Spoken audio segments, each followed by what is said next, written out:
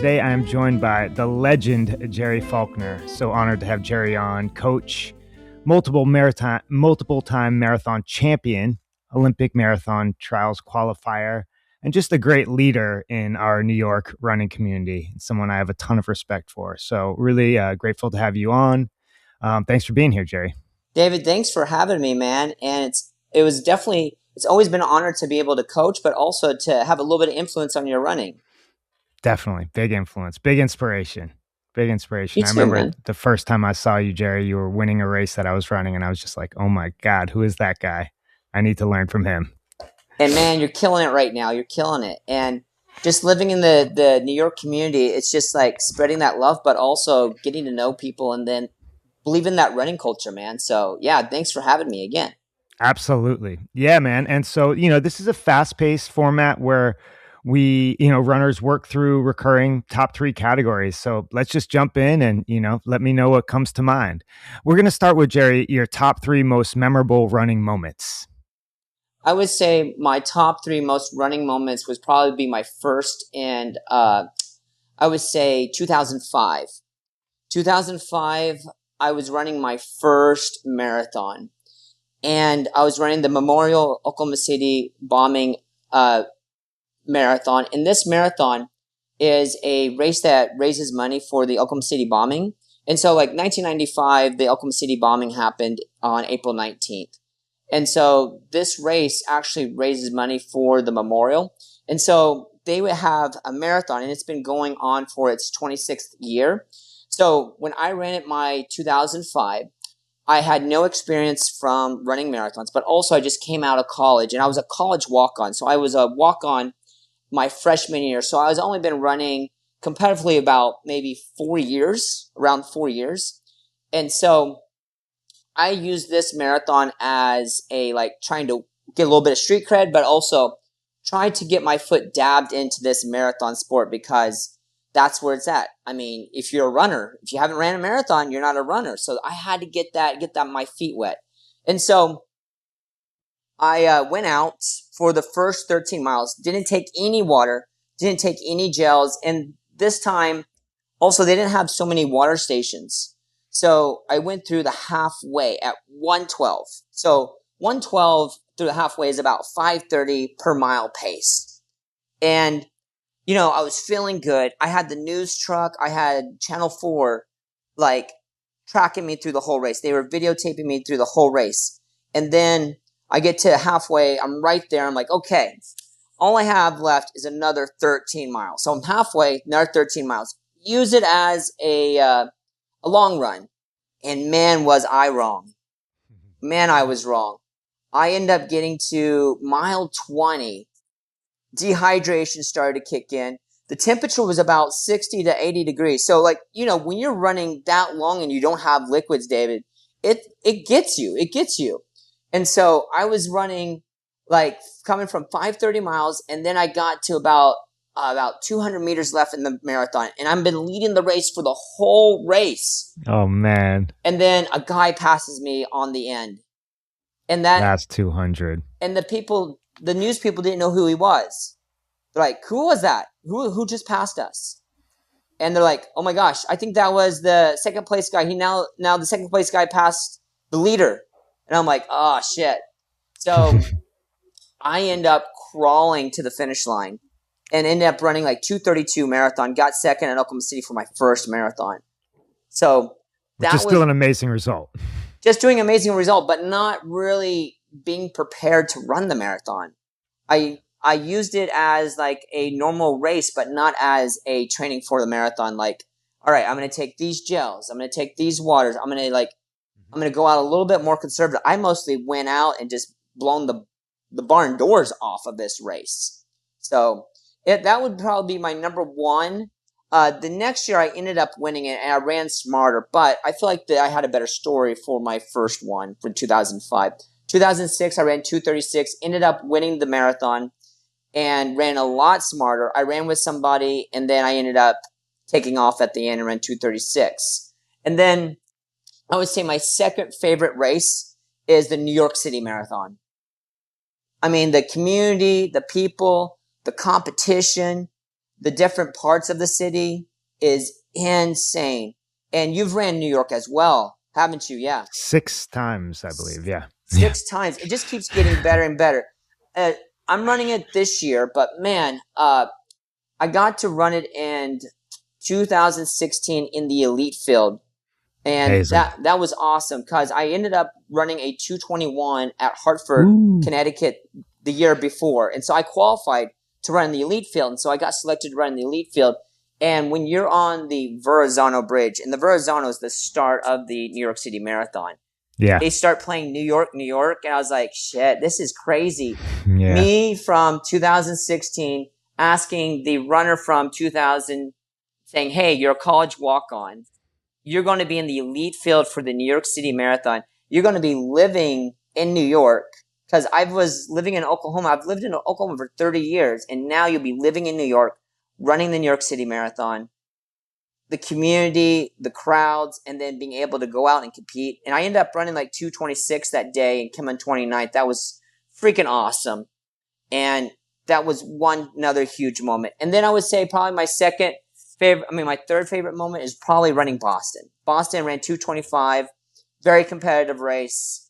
And our team ended up winning the team series for that race. So those 3 big marathons definitely have influenced my thinking about running, but my philosophy on running, but also my experience.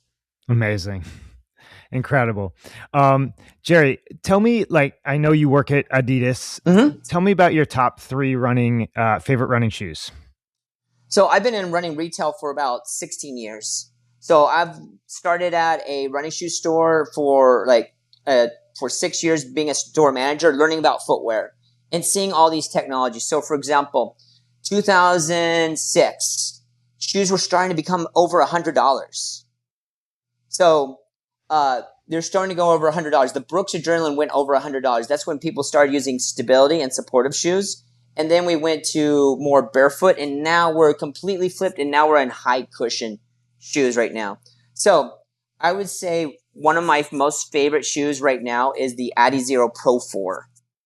And reason why is because the stack is great. It's very soft. It's very durable. Also, it's not too high, but it's not too low. So it gives you a little bit more cushion for a 5K, but also it's light enough to run a marathon in.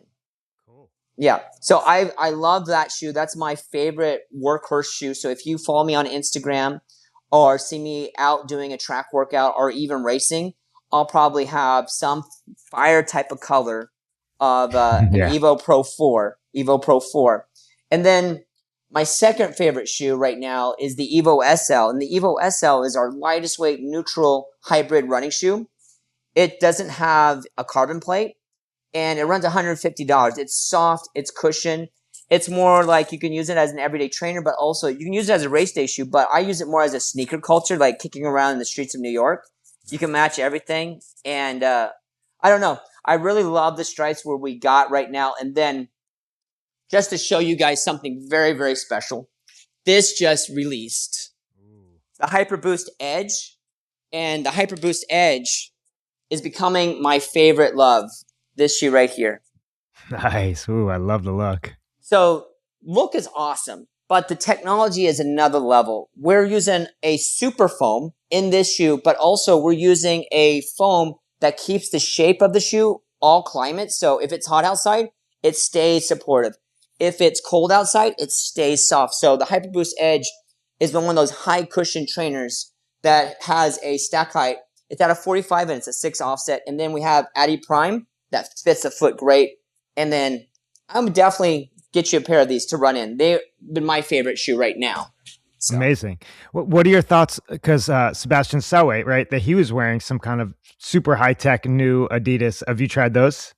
I've touched them. I got to touch them at Boston, and I have the previous 2 pairs from when that shoe relaunched. So I have the Ep.1 that weighed about 3 ounces that has the energy rods, and then we have the Evo 2 that has like an ounce off of that.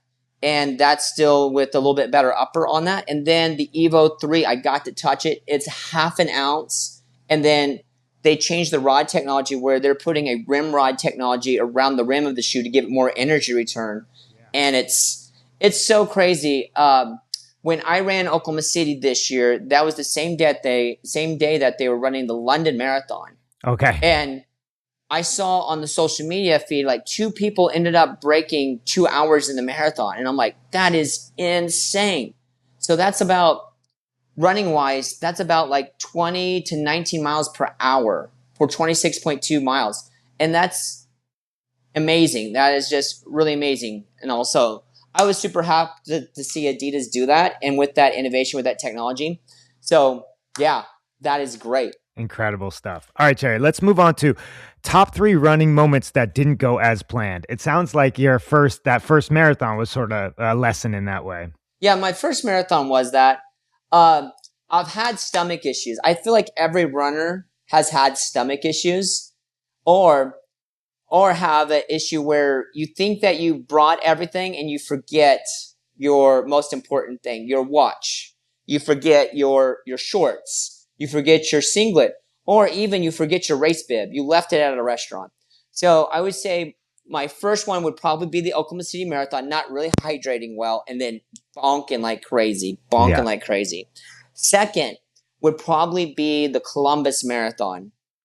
When I ran the Columbus Marathon, that was in 2009. And Columbus Marathon is kind of a tricky marathon because it's an out and back. So you do the same course. You do the first loops, 13 miles, and then you have an option. This is what really you got to dial it in. When you get to halfway, the half marathon people pull off and finish. Yeah. You have to do the same loop that you just did the first loop. Yeah. So I was like, it was crazy because me and one of my friends, when we were living in Oklahoma, we came to go do this race to qualify for the Olympic trials. And so we got an elite entry. We had a hotel and we were staying at the elite hotel with all the elite runners. And then we got up super early, got on the van, and then we found out we got in traffic and we sat on the bus for about 2 hours before the race. Oh, no. So we didn't get to go to the restroom at all. So we just threw everything in a bag, threw our shoes on, got to the line, gun went off. And the first 13 miles, I was like, okay, I don't know about this because I haven't went to the restroom at all. And I don't know what I'm going to do. And so I try to fight that urge of going to the restroom. And man, I fight it. And I'm like, and also this is the thing, 2009, social media was starting to have a lot of memes. So like runners that have pushed themselves to the limit and went on themselves became a meme. And I was like, I don't want to be a guy that went the restroom on myself and then I'm finishing the race and I didn't get the time that I wanted. Yeah. So I ended up have to go in the restroom, but I ended up pulling over and finding a porta john to go to the restroom. And then I missed the trial time by like 3 minutes and all that stuff. I ended up like running like 2:23 marathon. So yeah, it was crazy. So I would say that was my second worst experience. Yeah. And then I would say probably my third is showing up to a race and not having my race day shoes. Like showing up to a local race and finding out like, oh crap, I left my racing shoes in my apartment and then I have to run in my trainers. And I've had that happen to me in New York and it's not the funnest thing. So not hydrating well, not being able to get the preparation of your stomach well, and then also forgetting items. So I would say that's mostly going to happen to a lot of runners. Yeah. And that kind of leads to the next one of your top 3 outside of shoes. What is like top 3 most essential gear to you? I would say top 3 essential gear is probably your GPS watch. And then I would say number 2 would probably be like my nutrition. And that's the thing is where you got to figure out your nutrition because there's different types of gels out there, but also it's the weather too. Because it could be like really, really hot and you may not want something too sugary, but also you may want something with a little bit more sodium. So with sodium, we'll hold the water a little bit better. And then like if it's a little bit more colder outside, I may want something with a little bit more sugar so I can get my heart rate up a little bit more quicker. Because you lose a lot of heat when you're just like not being able to burn stuff, but you're losing a lot of energy if you're like in a colder environment and you're not replacing it with calories and all stuff. So taking in calories, such as like when you're in a colder environment, you may not feel hungry, but you are burning calories until it's too late. And then you become hungry and you feel like you don't have that energy. So I would say definitely GPS and then watch. And then I would say next is probably your race number and being there on time on the race. All right. Well, let me ask you just quick about that. So I get that like you're going to increase the frequency of gels potentially on a really hot day where you're burning a lot more energy. Are you saying you actually use different brands? Yeah. Depending on, yeah, you do? Wow. Yeah. I use different brands because of the sugar content and everything. So like with goo's going to be like more sugar, especially like e-gel is going to be more sugar. Morton is a little bit less sugar. It's more starch. And then also Morton has a little bit more caffeine as well, because caffeine is really good for preventing off dehydration as well. Like helps the brain stimulate hot climates, especially when you're doing a lot of sweating. So that's a really good type of gel to hit at the last part of your race because it's kind of a good stimulant to give you a little bit more of a focus. Yeah. I just started taking calf gels this year. I'm not like a caffeine drinker, so I was shied away. And then I started this year and it's been great. And I took one about a mile before Heartbreak Hill this year. Man, I was just cruising on Heartbreak Hill. I was feeling on top of the world. Man, that's a good point to hit that spot right there. Yeah. Yeah. All right. So Jerry, we're moving on to our next category, which is top 3 running pet peeves, which could be about run culture. It could just be about training. Do you have anything that comes to mind? I would say running pet peeves is, I would say, always pick up your trash if you're running and you're having your gels. Good one. Don't leave your gels. Don't trash the environment where other people are using this public space. I would say also don't walk in lane 1. Don't walk in lane 1. So number 1, don't pick up your trash wherever you go, where you run and anything, or any part of the environment, especially in a public space or a park or a track. Lane 1, don't walk in lane 1, but also don't walk 4 wide in lane 1 too. And then also go with the traffic when you're running. Don't go against. It just makes it safer. Yes. And we covered a bit in your most memorable moments, but do you have a top 3 favorite just races in general? Not necessarily like your favorite or your most memorable, but just races that you have really fond of? I would say probably always the U.S. Olympic trials for the marathon. Oh, wow. I feel like that's always the most exciting time of the year when we get closer to the Olympics. Is usually the trials is in February or March. This year, this next coming Olympics for 2028, it's going to be in St. Louis. So it's really a exciting opportunity because it's not a shoe-in for anybody to actually make the team for the marathon. It's usually whoever runs that best time that day makes the team. And so it makes it a little exciting and everything. So you may have some famous people that end up making the team, or you may have somebody that's a dark horse that makes the team. So it's very exciting. Cool. And what about top 3 favorite places to run? Top 3 favorite places to run. I would say my first favorite place to run is probably Eugene, Priest Trail. I've ran around there. That was amazing. I would say the Nike. Is the Nike in Eugene? So Nike is in Beaverton. Beaverton. Okay. Beaverton. Priest Trail is in Eugene. It's right by the University of Oregon. Yeah, it's beautiful there, right? Yeah, so it's all wooded chips, bright. It's kind of like a soft surface. It's all green, natural green. It's in the countryside. It's a great little running mecca place. So I would say Priest Trail is the number 1 thing you got to go run on. And then I would say next place is probably northern part of Tokyo. Wow. Northern part of Tokyo, around Utsunomiya, around the mountains. They have some amazing running trails, but also a lot of rice farms. So you can run on these soft surfaces and you can see this mountainside, like the mountains around you. So that would probably be my second. And then what would be my third? My third would probably be running at the Oklahoma State cross country course, OSU. And that's a really nice place too, because it's mowed really well and it's rolling. And then they have these hay bales that you jump over and all that stuff. It's pretty cool. Amazing.